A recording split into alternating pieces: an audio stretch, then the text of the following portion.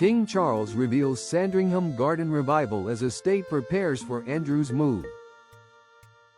A 3-year horticultural triumph blends royal legacy with fresh controversy. King Charles has revealed that Sandringham Gardens have undergone extensive renovations, as he graced the cover of Country Life to celebrate the restoration, with the estate preparing for the arrival of Andrew Mountbatten Windsor. Charles looked relaxed as he was pictured in the sunshine, dressed in a pale open-necked shirt, beige trousers, and brown suede shoes, leaning on a shepherd's crook. The photo was taken by photographer Millie Pilkington, who was personally picked by the king, and was taken in a formal park of his Norfolk estate, capturing a serene moment amid blooming parterres and clipped hedges. Mark Hedges, Country Life's editor-in-chief, described the king's renovations since he became monarch as remarkable. He said, "Over the past 3 years, His Majesty the King has overseen a remarkable restoration of the gardens at Sandringham, reviving historic landscapes, reimagining formal parterres and creating new spaces of reflection and natural beauty for visitors to enjoy." The magazine goes on to describe Sandringham's 60 acres of pleasure gardens, which are surrounded by parkland, as a showcase of the finest designs,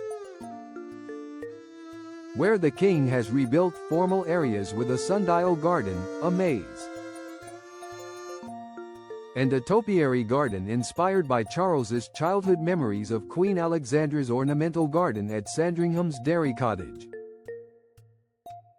The king has previously spoken about his love of mazes, when he told broadcaster and Country Life columnist Alan Titchmarsh that, "There's nothing more enjoyable than getting lost in a maze."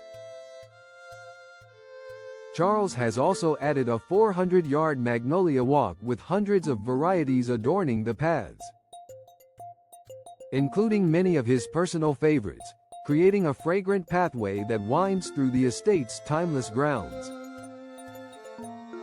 The magazine continued to say, "The scale, the speed and the importance of what he has already achieved cannot be overemphasized." The gardens are open to the public from April to October each year, drawing over 100,000 visitors annually to wander its revived paths and reflect in its contemplative corners. A royal passion project. Charles Green legacy at Sandringham. Sandringham, a cherished 20,000-acre estate purchased by Queen Victoria in 1862 for her son Edward VII, has long been a private haven for the Windsors, evoking George V's words, "The place I love better than anywhere else in the world."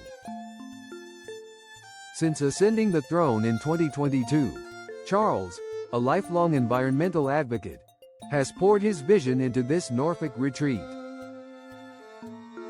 blending Edwardian elegance with sustainable innovation.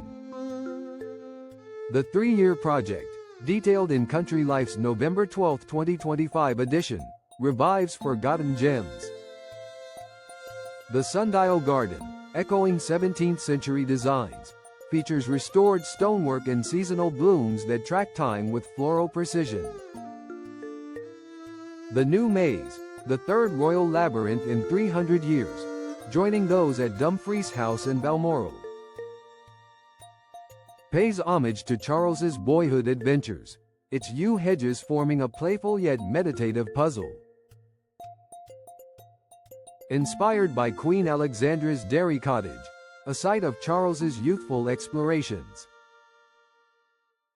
The topiary garden boasts sculpted evergreens and heritage roses, evoking a bygone era while promoting biodiversity. The Magnolia Walk, lined with rare cultivars like Magnolia, Charles Coates, and Black Tulip, offers a sensory stroll, with spring blossoms giving way to autumn foliage in a riot of pinks and purples. Hedges praises the scale and speed of these changes, noting Charles's hands-on approach. Sketching layouts, selecting plants, and integrating eco-features like rainwater harvesting amid Norfolk's variable climate. This isn't mere landscaping, it's Charles's manifesto for a greener monarchy.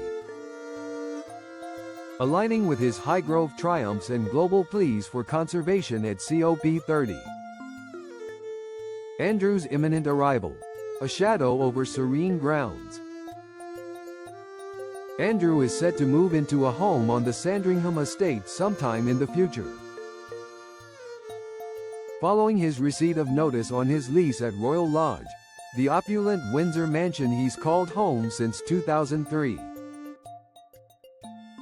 The king took unprecedented steps to remove his brother's royal titles after Andrew's ongoing links to convicted pedophile Jeffrey Epstein.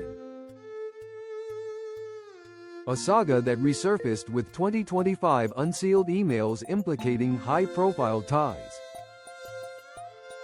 Buckingham Palace announced the change on October 30th, writing,